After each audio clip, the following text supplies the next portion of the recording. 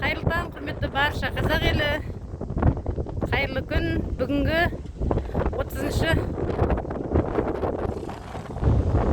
тамыз Конституция мерекесі құтты болсын. Еліміздің болашағы зор болсын. Төбемізде әрдайым көк байрағымыз желбіреп, елімізде бейбіт заман болсын. Мен Теміржол вокзалының көпірінің үстінде тұрмын. Сіздерге біздің вокзалдан видео сәлем, видео құттықтау жолдап тұрмын.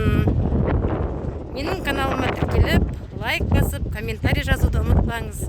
Біздің қалада енді барлық жерде күз басталып жатыр деп ойлаймын. Күн салқындап кетті. Жаңбыр, міне бұлт көріп тұрғандарыңыздай. Алла тағала әрқашанда,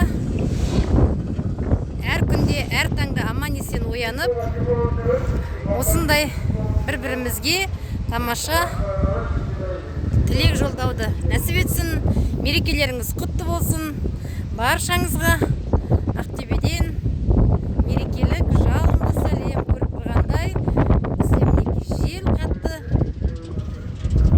бірақ ауа райының әр сәтін, әр күнін қабылдай білу керекпіз. Алла тағалаға мыңда бір шүкіршілік ету керекпіз.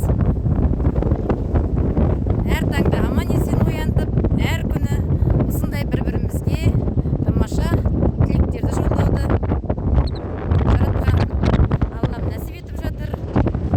Шүкіршілік тәуба дейміз. Дендеріңіз сау болсын, отбасыларыңыз аман болсын. Алла тағала әрқашанда жадырап, шаттанып, қуанып, бейбіт заманда, бейбіт елде, дәулетті, бақытты өмір кешуді нәсіп етсін. Мен сіздерді жақсы көремін. Баршаңызға мерекелік жалынды сәлем Ақтөбеден.